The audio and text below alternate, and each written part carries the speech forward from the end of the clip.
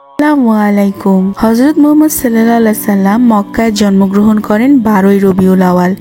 তার মা আমিনা ছিলেন জারা পরিবারের ওয়াহাব ইবনে আব্দুল মানাফের কন্যা। তার পিতা আব্দুল্লাহ ছিলেন আব্দুল মুতালিবের পুত্র। তাদের পূর্বপুরুষগণ ছিল ইসমাইল আলাইহিস সালামের বংশধর, যার পিতা হযরত ইব্রাহিম আলাইহিস সালাম। নবীজির পিতা তার জন্মের আগেই মারা গেছেন। তার বয়স যখন 6 বছর তখন তার মাও ইন্তেকাল করেন। তার দাদা আব্দুল মুতালিব এতিম শিশুটির যত্ন নেন, কিন্তু তিনিও পরে 2 বছরের মধ্যে শেষ নিঃশ্বাস ত্যাগ করেন এবং মৃত্যুর আগে তিনি মুহাম্মদ সাল্লাল্লাহু আলাইহি সাল্লামকে তার চাচা আবু তালিবের নিকট দায়িত্ব দিয়ে যান। নবী মুহাম্মদ সাল্লাল্লাহু আলাইহি সাল্লাম একজন বাধ্য বালক হিসেবে বেড়ে উঠেছিলেন। যখন তার বয়স 12 বছর তিনি তার চাচা আবু তালিবের সাথে বুসরা ভ্রমণে যান। তারা মরুভূমিতে বহু মাস ভ্রমণ করেছিল। বুসরাতে খ্রিস্টান সন্ন্যাসী বাহিরা নামক একজন লোকের সাথে মুহাম্মদ সাল্লাল্লাহু আলাইহি সাল্লামের দেখা হয়েছিল। তারপর তিনি আবু তালিবকে বললেন, এই ছেলেটিকে নিয়ে ফিরে যাও এবং তাকে ইহুদিদের ঘৃণা থেকে রক্ষা করো। আপনার ভাতিজা একজন দুর্দান্ত সময়ে অপেক্ষা করছে। তার চাচা আবু তালিব ঠিক তখন কিছু বুঝতে পারলেন না সন্ন্যাসীর অর্থটা কি ছিল। চাচা আবু তালিব বহিরাকে ধন্যবাদ জানিয়ে মক্কায় ফিরে আসেন। এই সফরের পর দীর্ঘকালই মহানবী হযরত মুহাম্মদ সাল্লাল্লাহু আলাইহি সাল্লামের জীবনে বিশেষ কিছু ঘটেনি, কিন্তু সমস্ত মানুষ একমত যে তার একটি মহান প্রজ্ঞা, আচার আচরণ এবং নৈতিকতা ছিল, যা মক্কার লোকজনের মধ্যে বিরল ছিল। তিনি তার ভালো চরিত্র এবং প্রজ্ঞার জন্য সকলের কাছে পছন্দনীয় ছিলেন। সকলে তাকে আল আমিন উপাধি দিয়েছিল, যার অর্থ বিশ্বস্ত। অন্য সব শিশুর মতো তাকেও সংসারের কাজগুলো করতে হতো। তার চাচা তার বেশিরভাগ সম্পদ হারিয়ে ফেলেছিল এবং নবী তার মেষ পালনের যত্ন নিয়ে তাকে সাহায্য করেছিল। নবী মুহাম্মদ সাল্লাল্লাহু আলাইহি সাল্লাম বেশিরভাগই একাকী জীবনযাপন করতেন। মক্কাবাসীদের মধ্যে আকস্মিক রক্তক্ষয়ী ঝগড়া বিস্ফোরণ দেখে তিনি দুঃখ পেয়েছিলেন। মানুষ আইনের তোয়াক্কা করেনি। অন্যান্য লোকদের দুঃখ দুর্দশা দেখে নবীর হৃদয় দুঃখিত হয়েছিল এবং সেই সময় মক্কায় এমন দৃশ্য ছিল নিত্যদিনের ঘটনা। নবী যখন 25 বছর বয়সী ছিলেন তিনি আবার সিরিয়া ভ্রমণ করেছিলেন এবং ওখানেই তিনি তার জীবনের প্রেম খাদিজা রাদিয়াল্লাহু আনহুর সাথে দেখা করেছিলেন। খাদিজা রাদিয়াল্লাহু তাআলা আনহু আশেপাশের সবচেয়ে সুন্দরী এবং মহৎ মহিলাদের মধ্যে একজন ছিলেন এবং তিনি খুব ধনী পরিবারের একজন নারী ছিলেন, কিন্তু তিনি বিধবা ছিলেন। একজন বিধবা হওয়া সত্ত্বেও সমাজের ধনী এবং বিশিষ্ট ব্যক্তিরা তাকে বিয়ে করতে চেয়েছিলেন, কিন্তু তিনি সেগুলো প্রত্যাখ্যান করেছিলেন। নবী মুহাম্মদ সাল্লাল্লাহু আলাইহি সাল্লাম তার জীবনে প্রবেশের আগ পর্যন্ত তিনি বিবাহের ইচ্ছা হারিয়ে ফেলেছিল। খাদিজা রাদিয়াল্লাহু তাআলা আনহু এমন একজন সৎ ব্যক্তিকে খুঁজছিলেন যে তার জন্য ব্যবসা পরিচালনা করতে পারে। তখনই নবী সাল্লাল্লাহু আলাইহি সাল্লামের সাথে তার পরিচয় হয়। নবী শীঘ্রই তার জন্য কাজ শুরু করলেন এবং তার প্রথম ব্যবসায়িক সফরে রওনা হলেন কর্মীদের সাথে। তিনি ফিরে আসার পর তিনি তার কর্মীদের নবীর আচরণ সম্পর্কে জিজ্ঞেস করলেন, কিন্তু কর্মীরা তার উত্তরে তাকে অবাক করে দিল। খাদিজা রাদিয়াল্লাহু আনহু মহানবী হযরত মুহাম্মদ সাল্লাল্লাহু আলাইহি সাল্লামের প্রেমে পড়ে গিয়েছিলেন, যদিও তিনি খাদিজা রাদিয়াল্লাহু আনহু এর 15 বছরের ছোট ছিলেন। তিনি মুহাম্মদ সাল্লাল্লাহু আলাইহি সাল্লামকে বিয়ে করার সিদ্ধান্ত নিয়েছিলেন। পরের দিন তিনি তার বোনকে মুহাম্মদ সাল্লাল্লাহু আলাইহি সাল্লামের কাছে পাঠান। তিনি তাকে জিজ্ঞেস করলেন, তুমি এখনো বিয়ে করনি কেন? মুহাম্মদ সাল্লাল্লাহু আলাইহি সাল্লাম বললেন, দুঃখ দুর্দশার জন্য। খাদিজা রাদিয়াল্লাহু আনহু এর বোন বলল, যদি আমি আপনাকে অভিজাত ও সুন্দরী স্ত্রীর প্রস্তাব দিই আপনি কি আগ্রহী হবেন? নবীজি সাল্লাল্লাহু আলাইহি সাল্লাম বললেন, এটা কে? যখন সে তার বোনের কথা বলল নবী সাল্লাল্লাহু আলাইহি সাল্লাম অবাক হয়ে হেসে উঠল। আমি কিভাবে তাকে বিয়ে করতে পারি? তিনি শহরের সবচেয়ে মহৎ পুরুষদের প্রত্যাখ্যান করেছেন। তারা এই দরিদ্র রাখালের চেয়ে অনেক ধনী এবং বিশিষ্ট ছিল। কিন্তু খাদিজা রাদিয়াল্লাহু আনহু এর বোন উত্তর দিল, তুমি চিন্তা করো না, আমি দেখব। এর কিছুদিন পর নবী খাদিজা রাদিয়াল্লাহু আনহুকে বিয়ে করলেন। মহান আল্লাহ তাদের প্রতি সন্তুষ্ট হন। এটি ছিল সে সময়ের মানব ইতিহাসের সবচেয়ে প্রেমময়, সুখী এবং পবিত্র বিবাহের সূচনা। এই বিবাহ তাকে একজন মহিলার প্রেমময় হৃদয় দিয়েছিল, যিনি তাকে সান্ত্বনা দিয়েছিলেন এবং তার মধ্যে বেঁচেছিলেন। আশার একটি জ্বলন্ত শিখা যখন কোনো পুরুষকে তিনি বিশ্বাস করেনি। নবী যখন ৩৫ বছর বয়সে উপনীত হন, তখন তিনি তার রায়ের মাধ্যমে একটি গুরুতর বিবাদের নিষ্পত্তি করেন, যা আরবকে একটি নতুন যুদ্ধে নিমজ্জিত করার হুমকি দেয়। এটি কাবা পুনর্নির্মাণের সময় ছিল। প্রতিটি উপজাতি যারা সেখানে জড়ো হয়েছিল তারা কালো পাথর, সবচেয়ে পবিত্র উত্থাপনের সম্মান চেয়েছিল। তখন একজন প্রবীণ নাগরিক হস্তক্ষেপ করেন এবং তিনি জনগণকে বলেন, আপনি এই গেট দিয়ে প্রথম প্রবেশকারীর কথা শুনবেন। লোকেরা রাজি হলো এবং ধৈর্য ধরে গেটের দিকে তাকিয়ে অপেক্ষা করলো। গেট দিয়ে প্রবেশকারী প্রথম ব্যক্তি আর কেউ ছিলেন না, নবী মুহাম্মদ সাল্লাল্লাহু আলাইহি সাল্লাম বা আলামিন। বিভিন্ন গোত্র তার পরামর্শ চেয়েছিল এবং তারা শেষ করার পর নবী আদেশ দিলেন, পাথরটি একটি কাপড়ের উপর রাখুন। প্রতিটি গোত্রের একজন কাপড়ের একটি অংশ ধরে পাথর উত্তোলনের সম্মান পাবে। জনগণ আনন্দের সাথে এই ধারণায় সম্মত হয়েছিল। এইভাবে পাথরটি স্থাপন করা হয়েছিল এবং কাবার পুনর্নির্মাণ আরও বাধা ছাড়াই সম্পন্ন হয়েছিল। নবীজি সাল্লাল্লাহু আলাইহি সাল্লাম সব সময় গরিব দুঃখীদের সাহায্য করতেন। কথিত আছে যে যখন তার চাচা আবু তালিব খারাপ সময়ে পড়েন, তখন নবী সাল্লাল্লাহু আলাইহি সাল্লাম তার ব্যক্তিগত সম্পদ ব্যবহার করে তার সমস্ত ঋণ পরিশোধ করেছিলেন। নবী সাল্লাল্লাহু আলাইহি সাল্লাম তার চাচার ছেলে আলীর শিক্ষাও গ্রহণ করিয়েছিলেন। 1 বছর পরে তিনি তার চাচার ছেলেদের মধ্যে একজন দত্তক নেন। নবীজি সাল্লাল্লাহু আলাইহি সাল্লাম তার প্রথম শুরু থেকে পরবর্তীতে ধনী এবং যথেষ্ট সম্মানিত হয়েছিলেন। খাদিজা রাদিয়াল্লাহু আনহু 3 ছেলে ও 4 মেয়ের জন্ম দেন, কিন্তু পুরুষ শিশুরা কেউ বেঁচে নেই। তারা সবাই শৈশবেই মারা গিয়েছেন। এই সময় একটি দল জায়েদ নামে এক যুবককে তার মায়ের হাত থেকে ধরে নিয়ে যায়। এই লোকেরা তখন ছেলেটিকে ওকাজের বাজারে ক্রীতদাস হিসেবে বিক্রি করে। জায়েদকে খাদিজা রাদিয়াল্লাহু আনহু এর এক আত্মীয় কিনেছিলেন এবং তিনি তাকে উপহার হিসেবে দিয়েছিলেন। খাদিজা রাদিয়াল্লাহু আনহু পালাক্রমে ছেলেটি নবীজি সাল্লাল্লাহু আলাইহি সাল্লামকে উপহার হিসেবে দেন। নবী মুহাম্মদ সাল্লাল্লাহু আলাইহি সাল্লাম জায়েদের প্রতি অত্যন্ত অনুরক্ত হয়ে পড়েন, যাকে তিনি আল হাবিব বলে উল্লেখ করেন, যার অর্থ প্রিয়। জায়েদকে নবী সাল্লাল্লাহু আলাইহি সাল্লাম তার পরামর্শদাতা মনে করেছিলেন এবং ইতিমধ্যে জায়েদের বাবা মা এখনও তাদের ছেলে হারিয়ে শোকাহত।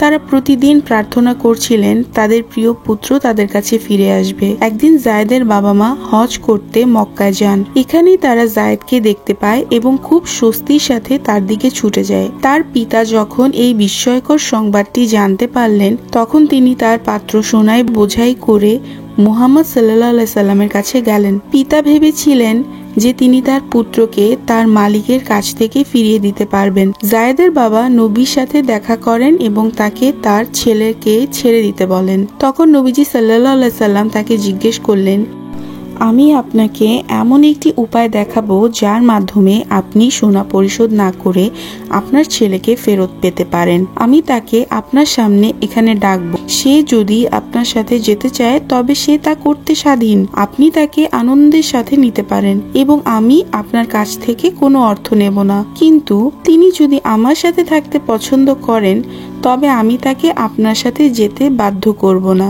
জায়েদের বাবা রাজি। তারা ছেলেকে ডাকলো। নবীজি তখন ব্যাখ্যা করলেন এবং জায়েদকে সবকিছু বলে জিজ্ঞাসা করলেন। জায়েদ সাথে সাথে উত্তর দিল সে নবীজির সাথে থাকবে। এ কথা শুনে তার বাবা হতবাক হয়ে গেল। অতঃপর তিনি তাকে জিজ্ঞাসা করলেন, তুমি কি তোমার পিতামাতার সাথে থাকতে চাও নাকি দাস হিসেবে থাকতে পছন্দ করো? তখন ছেলে জায়েদ বলল, আমি এই লোকটির গুণাবলী দ্বারা গভীরভাবে অনুপ্রাণিত হয়েছি এবং যেভাবে তিনি আমার সাথে প্রেম এবং স্নেহের সাথে আচরণ করেন, আমি তাকে ছেড়ে অন্য কোথাও থাকতে পারবো না। এই কথা শুনে নবীজি সাল্লাল্লাহু আলাইহি সাল্লামের হৃদয় ফুলে উঠল। তিনি জায়েদকে শহরের কেন্দ্রে নিয়ে গেলেন এবং তিনি উচ্চস্বরে ঘোষণা দিলেন, এটি আমার ছেলে এবং আমরা একে অপরের উত্তরাধিকারী। ফলস্বরূপ জায়েদ বিন হারিসাকে জায়েদ বিন মুহাম্মদ নামকরণ করা হয়, যেমনটি সেই দিনগুলিতে প্রচলিত ছিল। এই সৌহার্দ্যপূর্ণ সম্পর্ক তার শেষ নিঃশ্বাস পর্যন্ত টিকে ছিল। নবী মুহাম্মদ সাল্লাল্লাহু আলাইহি সাল্লামের বয়স যখন 40-এর কাছাকাছি, তিনি তার লোকদের অবস্থা দেখে খুব দুঃখ পেয়েছিলেন। তারা দেশ যুদ্ধে বিদীর্ণ হয়েছিল এবং লোকেরা বর্বরতায় নিমজ্জিত হয়েছিল। তারা কুসংস্কার ও অসার পূজার আসক্ত ছিল। মক্কা থেকে মাত্র কয়েক মাইল দূরে হেরা পাহাড়ের গুহায় নিজেকে নির্জন করার অভ্যাস করেছিল মহানবী হযরত মুহাম্মদ সাল্লাল্লাহু আলাইহি সাল্লাম। তিনি বেশিরভাগ সময় একা একা এই গুহায় নির্জনে প্রার্থনা ও ধ্যান করতেন। এখানে তিনি প্রায়শই মহাবিশ্বের সৃষ্টিকর্তা নিয়ে চিন্তায় মগ্ন থাকতেন। তিনি এই রাত্রিগুলোর মধ্যে একটি সময় যখন কেউ আর কাছাকাছি ছিল না, তখন একজন ফেরেশতা তার সামনে উপস্থিত হয়েছিল। ফেরেশতাকে দেখে নবীজি সাল্লাল্লাহু আলাইহি সাল্লাম বিস্মিত হলেন। সে তার চোখকে বিশ্বাস করতে পারছিল না। ফেরেশতা তখন নবীকে পড়তে বললেন, কিন্তু নবী কিভাবে পড়বেন যখন তিনি কখনো পড়াশোনাই করেননি? আমি পাঠক নই, তিনি ফেরেশতাকে বললেন। তারপর হঠাৎ ফেরেশতা তাকে শক্ত করে চেপে ধরল। ফেরেশতা আবার বললেন, পড়ো। নবীজি বললেন তার কোনো পড়ার সম্পর্কে জ্ঞান নেই। তখন ফেরেশতা নবীকে এত জোরে চেপে ধরলেন যে তিনি ভাবলেন যে তিনি অজ্ঞান হয়ে যাবেন এবং তিনি বললেন, পড়ুন আমার পালনকর্তার নামে, যিনি জমাট রক্ত থেকে মানুষকে সৃষ্টি করেছেন।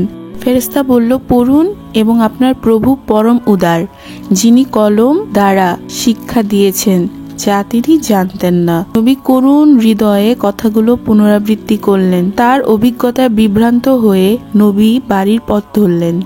ঘরে ঢুকেই সে তার স্ত্রীকে বলল, আমাকে চেপে ধরো, আমাকে চেপে ধরো, চাদর দ্বারা আবৃত করো। তিনি এই কথা বলতে বলতে কেঁদেছিলেন এবং তিনি তাকে একটি তোয়ালে জড়িয়ে রেখেছিলেন যতক্ষণ না তার ভয় চলে যায়। সে তার স্ত্রীকে বুঝিয়ে বলল কি ঘটেছে। যখন তিনি শেষ করলেন, তিনি তাকে জিজ্ঞাসা করলেন যে সে ভেবেছিল সে পাগল হয়ে গিয়েছে। আল্লাহ না করুক, তিনি উত্তর দিলেন, তিনি অবশ্যই এমন কিছু ঘটতে দেবেন না, কারণ আপনি সত্য কথা বলেন, আপনি বিশ্বাসে বিশ্বস্ত, আপনি আপনার সহকর্মীদের সহায়তা করেন। তারপর তিনি তার চাচাতো ভাই ওয়ারাকা ইবনে নওফালের কাছে গেলেন, যিনি বৃদ্ধ ও অন্ধ ছিলেন, কিন্তু ধর্মগ্রন্থগুলো তিনি বেশ ভালো করেই জানতেন।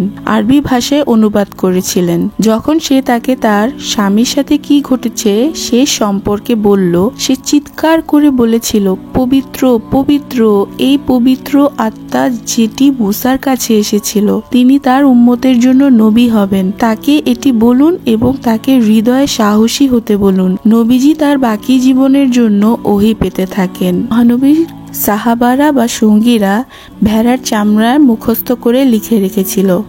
নবী জানতেন যে মানুষকে আল্লাহর বার্তা শোনাতে হবে, সুতরাং তিনি লোকদের কাছে প্রচার করতে লাগলেন যা মহান আল্লাহ তাকে বলেছিলেন। তার মিশনের প্রথম কয়েক বছর নবী তার পরিবার এবং ঘনিষ্ঠ বন্ধুদের কাছে প্রচার করেছিলেন। ধর্মান্তরিত প্রথম নারী ছিলেন তার স্ত্রী খাদিজা রাদিয়াল্লাহু আনহু, আল্লাহ তার প্রতি সন্তুষ্ট হন। আর প্রথম সন্তান আলী, আর পরে জায়েদ, এবং তার পুরানো বন্ধু আবু বকর ছিলেন প্রথম প্রাপ্তবয়স্ক মুক্ত পুরুষ যিনি ইসলাম গ্রহণ করেছিলেন। আল্লাহ তাদের সকলের প্রতি সন্তুষ্ট হন। পরবর্তীতে নবী তখন মানুষের কাছে প্রকাশ্যে প্রচার করার নির্দেশ পান। দীর্ঘ 3 বছর ধরে মহানবী হযরত মুহাম্মদ সাল্লাল্লাহু আলাইহি সাল্লাম আল্লাহর বাণী পৌঁছে দেওয়ার জন্য নীরবে পরিশ্রম করেছিলেন। মূর্তি পূজা মানুষের মধ্যে গভীরভাবে গ্রথিত হয়ে গিয়েছিল। রাসূল সাল্লাল্লাহু আলাইহি সাল্লাম সাধ্য মতন বোঝানোর চেষ্টা করলেন। 3 বছরের সংগ্রামের পর তিনি মাত্র 30 জন অনুসারীকে সুরক্ষিত করতে সক্ষম হন। এমনকি তার সঙ্গীরাও এখন তার বিচক্ষণতা নিয়ে প্রশ্ন তুলতে শুরু করেছে। এতক্ষণে তার শত্রুরা নবীর বিরুদ্ধে ষড়যন্ত্র শুরু করেছে। নবী প্রচার করেছেন যে আল্লাহর সামনেই সবাই সমান এবং এটি স্থানীয় পুরোহিতদের কর্তৃত্বকে চ্যালেঞ্জও করেছিল। একদিন তারা একত্রিত হয়ে নবীর আন্দোলনকে দমন করার সিদ্ধান্ত নেন। তারা সিদ্ধান্ত নিল যে প্রতিটি পরিবারকে ইসলামের অনুসারীদের নির্মূল করার দায়িত্ব নিতে হবে। প্রতিটি গৃহ তাদের নিজ নিজ সমস্যা, আত্মীয় স্বজন ও কৃতদাসদের উপর অত্যাচার করতে থাকে যারা নবীকে অনুসরণ করত। জনগণকে মারধর করা হয়, বেত্রাঘাত করা হয় এবং তারপর কারাগারে নিক্ষেপ করা হয়। রামদা পাহাড়ে এবং ভাট্টা নামক স্থানটি এখন নিষ্ঠুর নির্যাতনের দৃশ্যে পরিণত হয়েছে। আবু তালিব ও আবু বকরের নিরাপত্তা থাকায় শুধুমাত্র নবীকে বাদ দেওয়া হয়েছিল। তারপর পুরোহিতরা নবীকে প্ররোচিত করার চেষ্টা করেছিল যে নতুন ধর্মের শিক্ষা বন্ধ করে দিতে, কারণ এটি তাদের লোকদের মধ্যে বাড়ছে। এই জন্য তারা উতবা ইবনে রাবিয়াকে নবীর সাথে দেখা করতে পাঠায়। তিনি নবীকে বললেন, হে আমার ভাইয়ের সন্তান, তুমি তোমার গুণে বিশিষ্ট, তবু তুমি আমাদের দেবতাদের নিন্দা করেছ। আমি আপনাকে একটি প্রস্তাব করতে এখানে এসেছি। আপনি যদি সম্পদ, সম্মান, মর্যাদা অর্জন করতে ইচ্ছুক হন, তবে আমরা আমাদের নিজেদের মধ্যে যা আছে তার চেয়েও বড় কিছু আপনাকে দিতে ইচ্ছুক। আমরা আপনাকে আমাদের প্রদান করব এবং আমরা আপনার সাথে সব বিষয়ে পরামর্শ করব। আপনি যদি রাজত্ব চান তবে আমরা আপনাকে আমাদের রাজা করব। বুধবার শেষ হলে নবীজি সাল্লাল্লাহু আলাইহি সাল্লাম সূরা ফুসিলাতের প্রথম 13টি আয়াত তেলাওয়াত করলেন। তিনি আল্লাহর প্রশংসা করেছেন এবং এক সত্য সৃষ্টিকর্তার বিশ্বাসী প্রত্যেকের জন্য জান্নাতে সুসংবাদ সম্পর্কে ব্যাখ্যা করেছেন। নবী তখন আদ ও সামুদ সম্প্রদায়ের সাথে কি ঘটেছিল সে সম্পর্কে তাকে স্মরণ করিয়ে দিলেন। রাসূলুল্লাহ সাল্লাল্লাহু আলাইহি ওয়াসাল্লাম তেলাওয়াত শেষ করে উতবাকে বললেন, এটা তোমার প্রস্তাবের জবাব। এখন আপনি যে কাজটি সবচেয়ে ভালো মনে করেন তা করে নিন। নবীকে প্রলুব্ধ করার তাদের পরিকল্পনা ব্যর্থ হলো। তারা তার চাচা আবু তালিবের কাছে যায়। নবীর চাচা লোকদের কাছে প্রচার বন্ধ করার জন্য নবীকে প্ররোচিত করার চেষ্টা করেছিলেন, কিন্তু নবীজি বললেন, হে চাচা, তারা যদি আমাকে ইসলাম প্রচার থেকে বিরত রাখার জন্য আমার ডান হাতে সূর্য এবং বাম হাতে চন্দ্র রাখত, আমি কখনো বাধা দিতাম না। তার চাচা তাকে ত্যাগ করার ইচ্ছুক এই চিন্তায় পরাস্ত হয়ে তার বাড়ি ছেড়ে চলে গেলেন। কিন্তু আবু তালিব উচ্চস্বরে নবীকে ডাকলেন, তাকে ফিরে আসতে বললেন। নবীজি ফিরে এসে আবু তালিব তাকে বললেন, তুমি যা খুশি বলো, প্রভুর কসম আমি তোমাকে চিরতরে ত্যাগ করব না। বিভিন্ন গোত্রের পুরোহিতরা নবীর সমর্থকদের বিরুদ্ধে প্রকাশ্যে বিচার শুরু করে।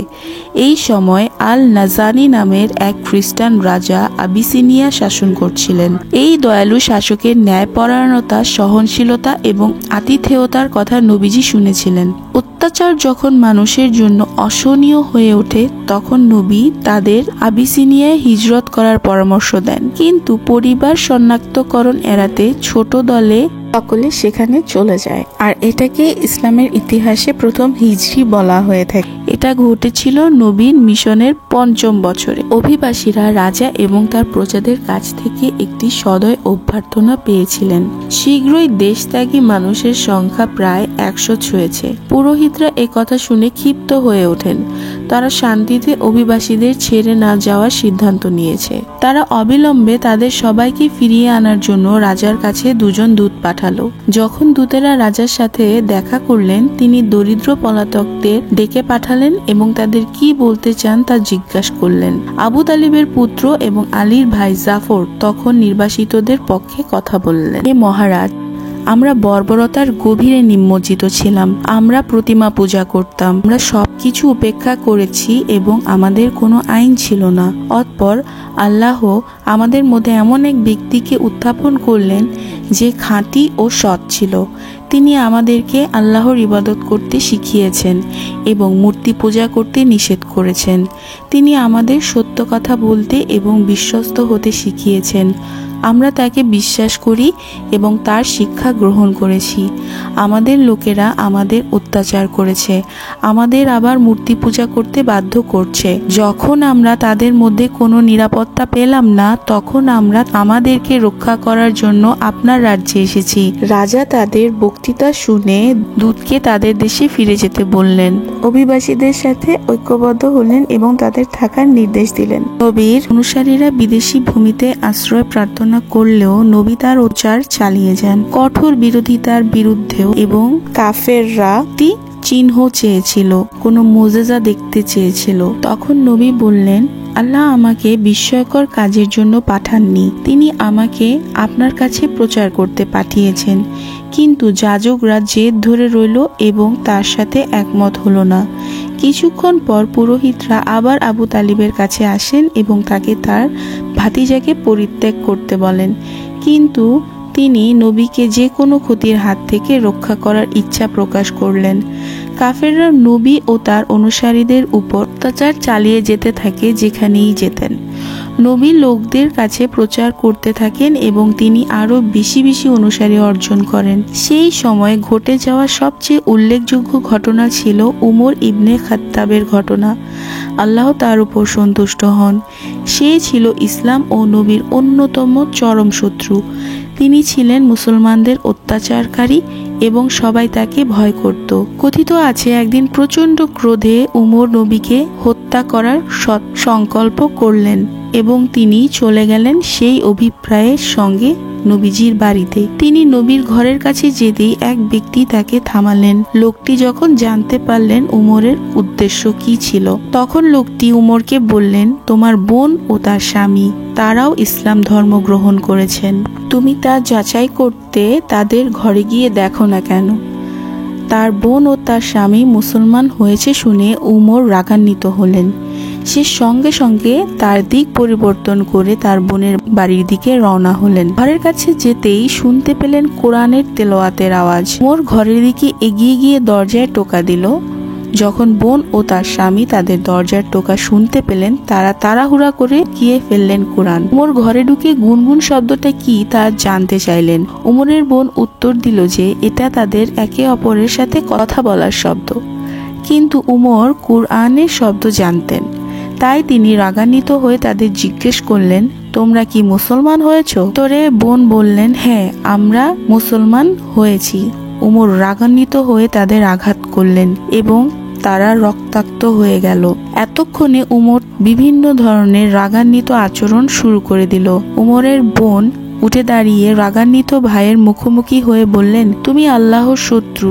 আমি আল্লাহকে বিশ্বাস করি বলি আপনি আমাকে আঘাত করেছেন। তুমি পছন্দ করো বা না করো, আমি সাক্ষ্য দিচ্ছি যে আল্লাহ ছাড়া কোনো মাবুদ নেই এবং সেই মুহাম্মদ মহান আল্লাহ তাআলার রাসূল।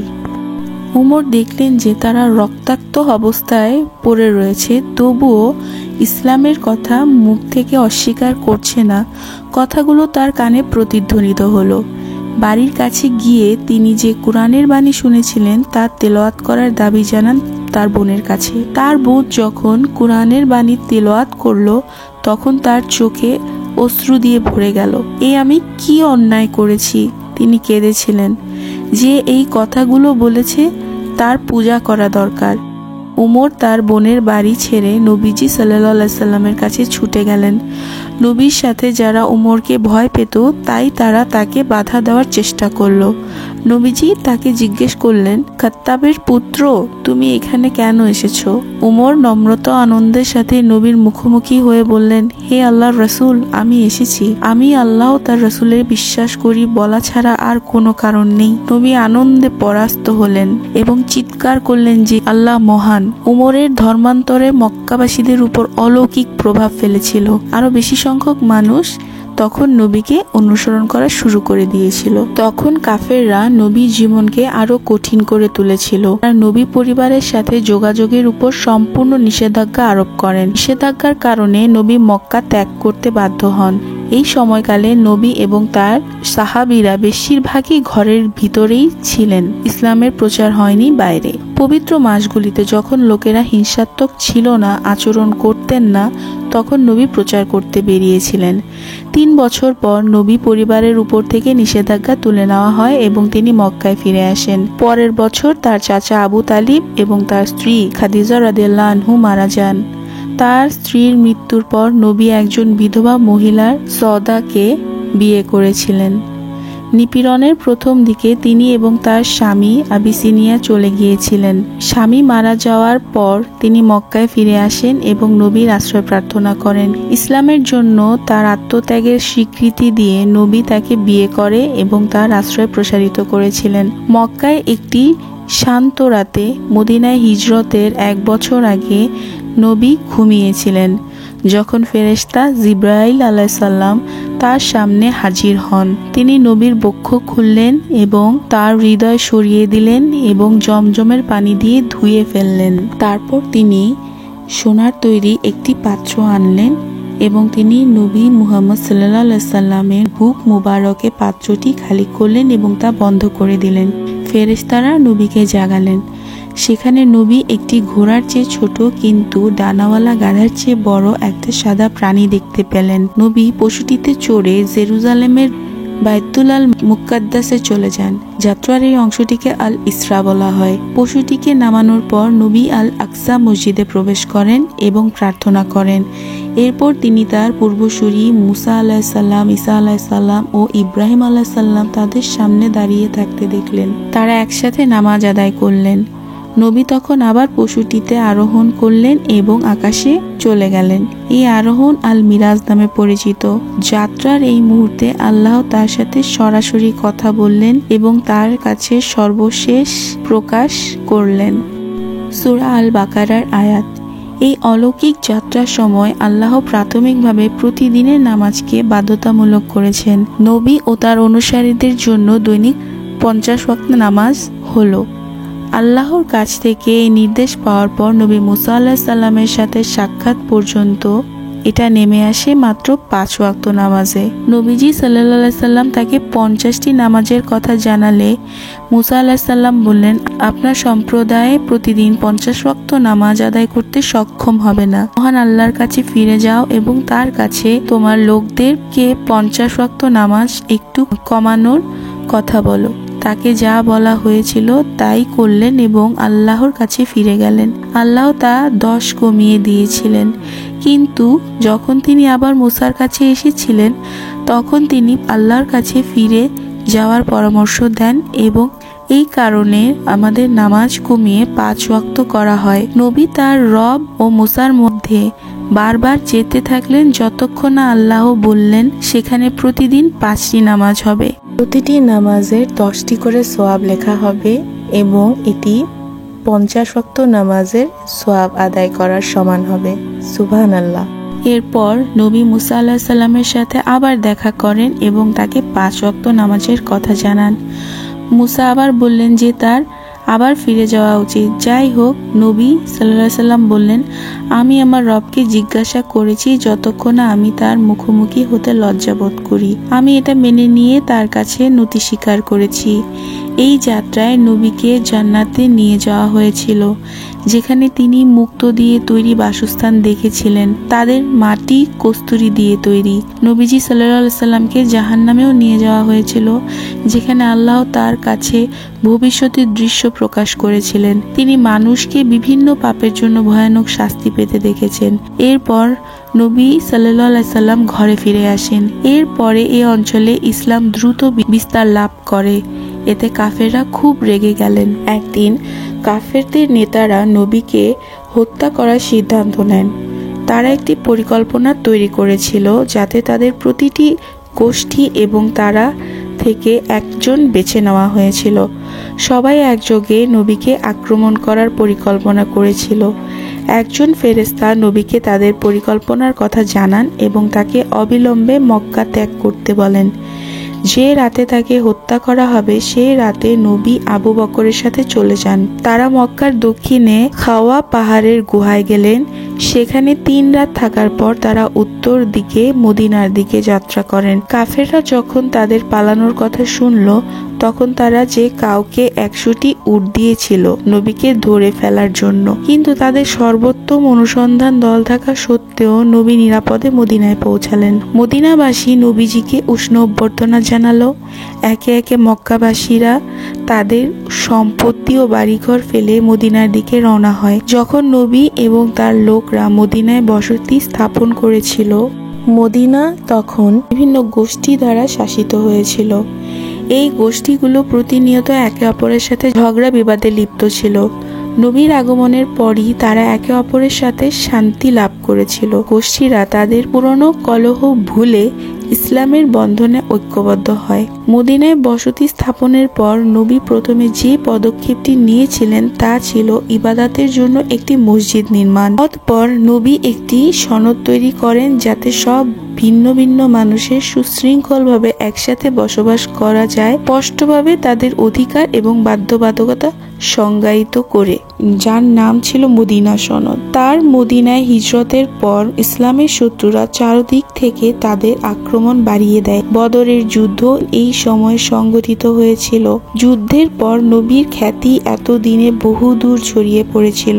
আরবের বিভিন্ন অঞ্চল থেকে অনেক প্রতিনিধি দল নবীর সাথে দেখা করতে আসেন। যখন তারা নবীর শিক্ষা পেয়েছিল তখন তারা প্রভাবিত হয়েছিল এবং তার অনুসারী হয়েছিল। নবী তার অনেক সাথীদের প্রেরণ করেছিলেন যাদের হৃদয় কুরআন দিয়ে আলোকিত ছিল। তাদেরকে সেখানে বসবাসকারী মানুষদের কাছে ইসলাম প্রচারের জন্য পাঠানো হয়েছিল। তিনি বেশ কয়েকজন রাজা ও শাসককে ইসলামের দাওয়াত দিয়ে চিঠিও পাঠিয়েছিলেন। আব্বাসিনীয় রাজা নেগাস ইসলাম গ্রহণকারী প্রথম শাসকদের মধ্যে ছিলেন। এটি অন্যান্য অনেক রাজা এবং শাসকদের দ্বারা অনুসরণ করা হয়েছিল। প্রায় 2 বছর পর 629 খ্রিস্টাব্দের শেষের দিকে কাফেররা শর্ত লঙ্ঘন করে এবং নবীর অনুসারীদের উপর হামলা করেছিল। যারা পালাতে সক্ষম হয় তারা মক্কায় আশ্রয় নেয় এবং নবীর সাহায্য প্রার্থনা করে। তাদের জীবন বাঁচাতে নবী তাদের বার্তা পেয়েছিলেন এবং তিনি আক্রমণের সময় বিভিন্ন রিপোর্ট দ্বারা নিশ্চিত হয়েছিলেন। নবী তখন 3000 লোক নিয়ে মক্কার দিকে যাত্রা করেন। যখন তিনি মক্কার বাইরে পৌঁছান তখন আশেপাশের দেশ থেকে তার অনুসারীরা তার সাথে যোগ দেয় এবং তখন 10,000-এরও বেশি লোক ছিল। শহর প্রবেশের পূর্বে তিনি মক্কায় নাগরিকদের কাছে খবর পাঠালেন যে যে কেউ তার গৃহে, আবু সুফিয়ানের ঘরে এবং কাবায় নিরাপদ থাকবে। সেনাবাহিনীরা বিনা যুদ্ধে মক্কায় প্রবেশ করে এবং নবীকে নিয়ে কাবার দিকে চলে যান। তিনি পবিত্র শহরে বিজয়ী প্রবেশের জন্য একটি আইন বাড়িয়েছিলেন। তারপর তিনি তার হাতে থাকা একটি লাঠি দিয়ে প্রতিটি মূর্তির দিকে ইশারা করে বললেন, সত্য এসেছে, মিথ্যা আবির্ভূত হবে না। আর এক এক করে মূর্তিগুলো পড়ে গেল। তারপরে সমস্ত 360টি মূর্তি অপসারণের মাধ্যমে কাবাকে পরিষ্কার করা হয়েছিল এবং এটিকে পুনরুদ্ধার করা হয়েছিল। 1 বছরে 630 খ্রিস্টাব্দে প্রায় সমস্ত আরব ইসলাম গ্রহণ করেছিল। 639 খ্রিস্টাব্দে অনেক নারী পুরুষের সঙ্গে নবী তার শেষ পবিত্র হজ পালন করেছেন। 2 মাস পর নবী অসুস্থ হয়ে পড়েন এবং বেশ কিছুদিন পর সোমবার 12ই রবিউল আওয়ালে তিনি ইন্তেকাল করেন মদিনায়। তাকে সমাধিস্থ করার পর মুসলমানদের চালিয়ে যাওয়ার জন্য একজন নেতার প্রয়োজন ছিল, যেখানে তারা তাকে নিযুক্ত করেছিল। বন্ধু আবু বকর সঠিকভাবে পরিচালিত খলিফা এবং নেতৃত্ব ও অনুগত্যের অঙ্গীকার পালন করে। মহানবী হযরত মুহাম্মদ সাল্লাল্লাহু আলাইহি সাল্লাম ছিলেন আল্লাহ তাআলার শেষ রাসূল। ইসলামী বাণী সম্পূর্ণ করেছেন। তিনি সরল ও বিনয়ী জীবনযাপন করতেন। তিনি এবং তার পরিবার দিন দিন রান্না করা খাবার ছাড়াই যেতেন, শুধুমাত্র খেজুরের উপর নির্ভর করে শুকনো রুটি এবং পানি। দিনে তিনি ব্যস্ততম মানুষ ছিলেন কারণ তিনি একসাথে অনেক ভূমিকায় তার দায়িত্ব পালন করেছিলেন। রাষ্ট্রপ্রধান, প্রধান বিচারপতি, যোদ্ধা, সালিশকারী এবং আরো অনেক কিছু। রাতেও তিনি ছিলেন সবচেয়ে নিষ্ঠাবান মানুষ। তিনি প্রতি রাতের 1 থেকে 2/3 প্রার্থনা ও ধ্যানে ব্যয় করতেন। এই পৃথিবীতে চলার জন্য নিখুঁত মানুষ এবং আমাদের সকলকে শীঘ্রই অনুসরণ করা, আকাঙ্ক্ষা করা উচিত, একত্রিত হওয়া উচিত। আমাদের দৈনন্দিন জীবনে তার কাজ এবং চরিত্র কাজে লাগানো উচিত, অনুসরণ করা উচিত। সালাম ও বরকত বর্ষিত হোক আমার প্রিয় নবী হযরত মুহাম্মদ সাল্লাল্লাহু আলাইহি ওয়াসাল্লামের উপর।